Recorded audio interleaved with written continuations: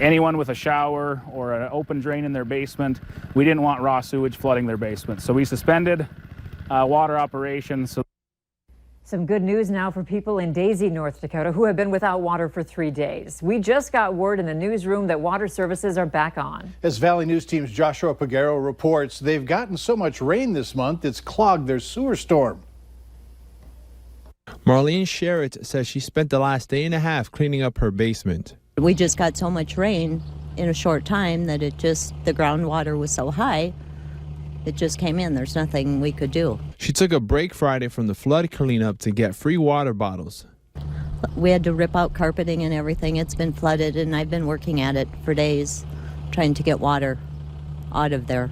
Many residents in the town of Daisy are dealing with the aftermath of heavy rains, which led to water services being cut. That means no showers or running water. The town's only business, a bar, closed. When times are tough, we got to be there for everybody and help everybody. This is the sign you'll be greeted with if you're trying to get into Daisy off of Highway 1. 2 days ago, this road was washed out. Daisy Mayor Justin Sherlock says the July rainfall has overwhelmed the city's drains and sewage system. The water was completely over the road in this area and in these ditches. Up to people's houses. They looked like they had moats around their houses. So the American Red Cross was called to help out, and they've been distributing water bottles and supply kits.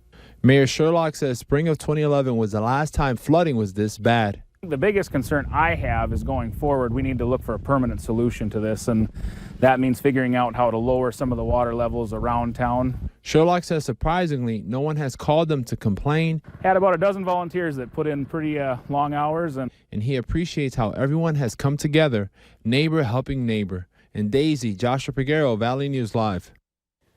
The mayor is still hoping that people limit the use of water until tomorrow night, only use it for essential services. Police tell Valley News Live a missing teenager from Moorhead has been found. Authorities say 15-year-old Jordan Glass was found close to 7 this evening in Fargo and has been reunited with her family. Glass had been missing since Wednesday. A 19-year-old from Fergus Falls is facing serious injuries after the ATV he was riding rolled and he was thrown from it. Richland County deputies say it happened this afternoon at Vinnie's Mug Bog at 160th Avenue Southeast in Lidgerwood. Deputies say Weston Arnston was making a turn, and that's when the ATV rolled.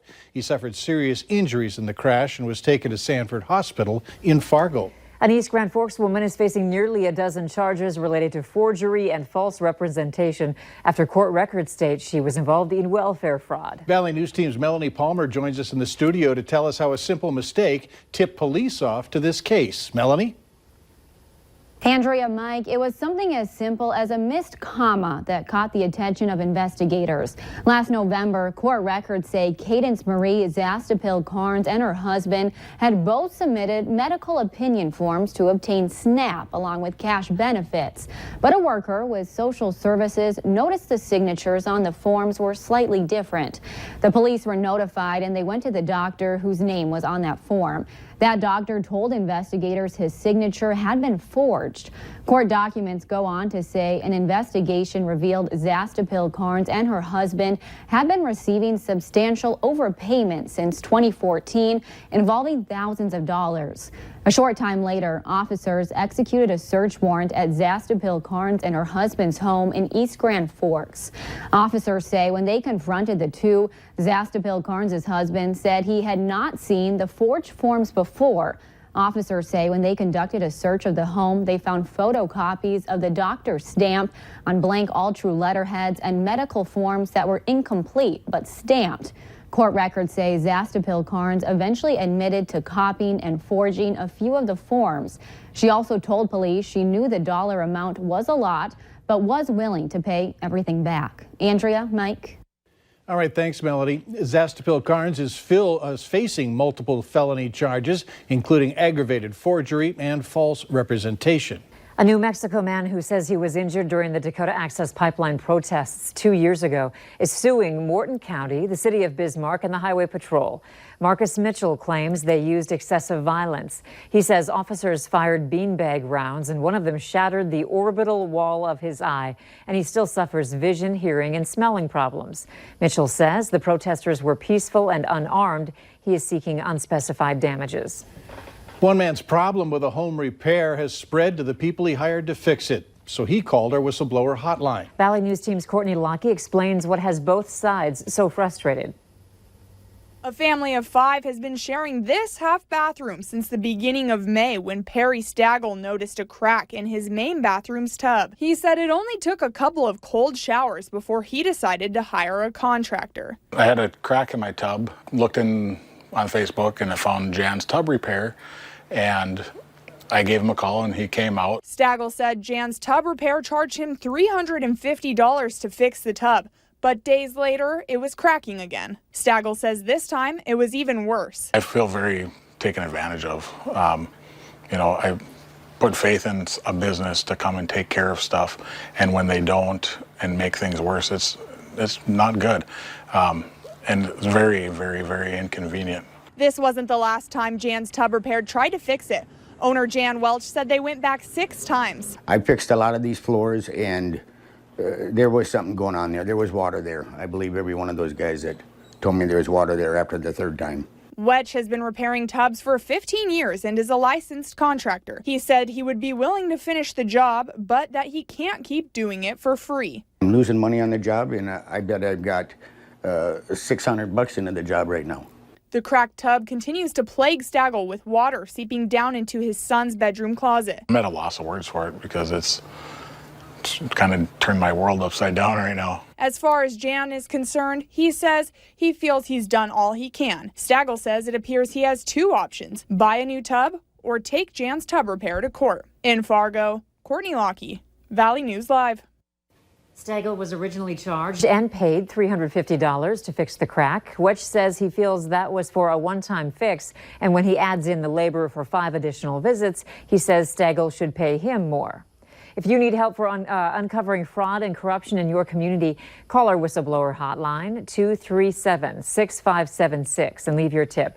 A member of our investigative team will get on the case and go to work to expose the truth. A pilot was lucky earlier this week when he walked away from a crash near Detroit Lakes. In an exclusive interview, Ted Kibke tells Valley News Live his engine failed to respond about 25 minutes into the flight. He credits his nearly 60 years of flying as the reason he was able to safely crash land in a cornfield near the DL airport. Airplanes are inherently stable. If you let go of them, they'll fly. Problem is that most people grab a hold of it and they won't let it fly. If this situation would have happened to a young, inexperienced pilot, no, they wouldn't have made it. Kibke adds he did injure himself as he rushed to get out of the plane. He cut his leg and bumped his head, giving him 2 black eyes. The incident is still under investigation by the FAA. Fargo residents, you now have an easier way to get rid of all the excess tree debris sitting on the side of the road following some severe weather we had this summer. The city of Fargo has made temporary roll-off bins where you can dispose of the debris. You can find them on the east side of the Fargo Dome along University Drive, the south side of Fargo South High School along 17th Avenue South, and Eagles Elementary School along 32nd Avenue South. The bins will be there for the next 3 weeks. A Minnesota toddler was without wheels after the stunt he pulled last night. The 2.5-year-old decided to take his battery-powered John Deere tractor to the county fair in Rush City without asking his parents. As it turned out, the toddler lives only a block and a half or so from the fairgrounds and had seen the rides going up over the previous few days. Now, when the fair opened, he was excited and decided to check things out for himself. While the tale has a mostly happy ending, there is one unfortunate development. Dad immediately suspended his son's driving privileges by pulling the battery from his John Deere. This year's Fargo Air Show is ready for takeoff. Some of the acts have been practicing overhead the past couple of days. One of them had Mike on board. Miss Mitchell is a World War II B-25 medium-range bomber that rolled off the line in 1944. These are the kinds of planes that attract thousands to the air show and several more who are willing to come out near the airport the day before the air show to try and catch a glimpse. It's a great chance to spend some time with the family. In my case, father-son bonding time. My brother and my dad have been up here too, so it's been a good family experience for us. The gates at the Fargo Air Show open at 9 a.m. tomorrow and Sunday, with the show starting at 11. Headlining this year are the U.S. Air Force Thunderbirds. Valley News Live 10 at 10 continues with No Wait Weather.